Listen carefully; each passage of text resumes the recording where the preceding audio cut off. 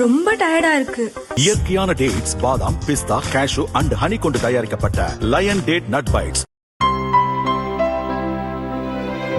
இனிமே கண்ணை மூடிட்டு கடலை எண்ணெய் வாங்கலாம். ஏன்னா மந்த்ரா கடலை எண்ணெய் இதயத்தின் தயாரிப்பு. வறுக்க, பொரிக்க, ஏன் எல்லா சமையலுக்கும் மந்த்ரா தான். மந்த்ரா கடலை எண்ணெய், அபார ருசி, ஆரோக்கியமான உடல் நலம். மீன்வளத்துறை அமைச்சர் அனிதா ராதாகிருஷ்ணன் திருச்செந்தூர் தொகுதியில் தொடர்ந்து 7வது முறையாக போட்டியிடப் போகிறார். கடந்த 2ஆம் தேதி வேட்புமனு தாக்கல் செய்த அவர் தொகுதியில் பல இடங்களுக்கு சென்று பிரச்சாரத்தில் ஈடுபட்டார். மெய்ஞானபுரம் அருகே கல்விலை கிராமத்தில் அமைச்சர் தன் ஆதரவாளர்களுடன் பிரச்சார வாகனத்தில் சென்று ஓட்டு சேகரிப்பில் ஈடுபட்டார். அப்பகுதியைச் சேர்ந்த 50க்கும் மேற்பட்ட பெண்கள் அவரது வாகனத்தை சூழ்ந்தனர். கடந்த 25 ஆண்டுகளாக எங்கள் பகுதிக்கு பல்வேறு திட்டங்கள் செயல்படுத்தப்படும் என்று வாக்குறுதி அளித்துவிட்டு தற்போது வரை எந்தவித வாக்குறுதியும் நிறைவேற்றி தரவில்லை என கோஷமிட்டனர்.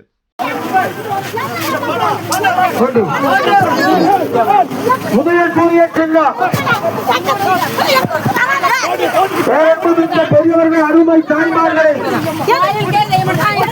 வாக்காள வல்லல் பெருமக்களே, உதயசூரிய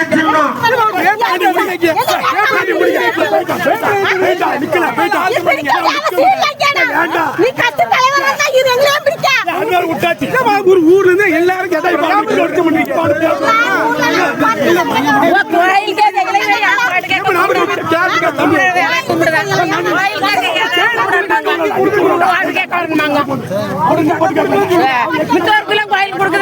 கேட்டது கோயிலுக்கு ஏன் கொடுத்தாதான் வரி இல்லாதவங்க எல்லாம் இன்னைக்கு போனா பல அகில பல குத்து கொடுப்பா பல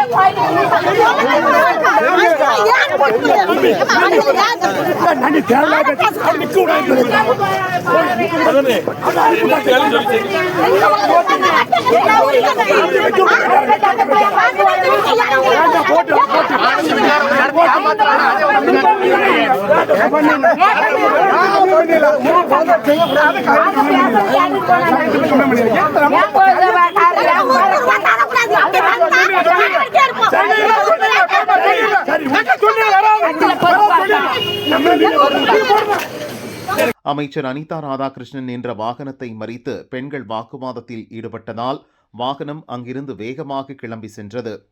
பிரச்சார வாகனத்தின் பின்னால் சென்ற அவரது ஆதரவாளர்களையும் விடாமல் விரட்டிச் சென்ற பெண்கள் ஒருவரின் சட்டையை பிடித்து இழுத்து எங்களுக்கு பதில் சொல்லுங்கள் என கேள்வி எழுப்பினர்.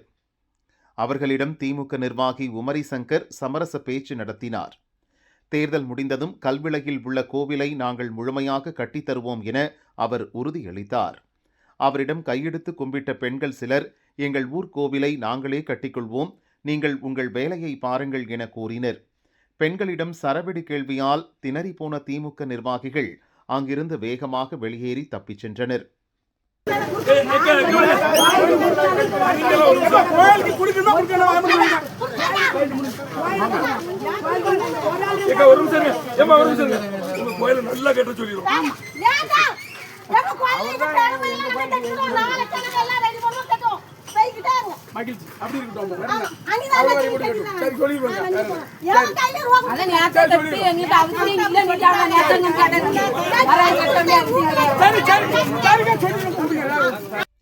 அமைச்சர் வாகனத்தை மறித்து பெண்கள் நடத்திய போராட்டத்தால் அப்பகுதியில் சிறிது நேரம் பரபரப்பு நிலவியது.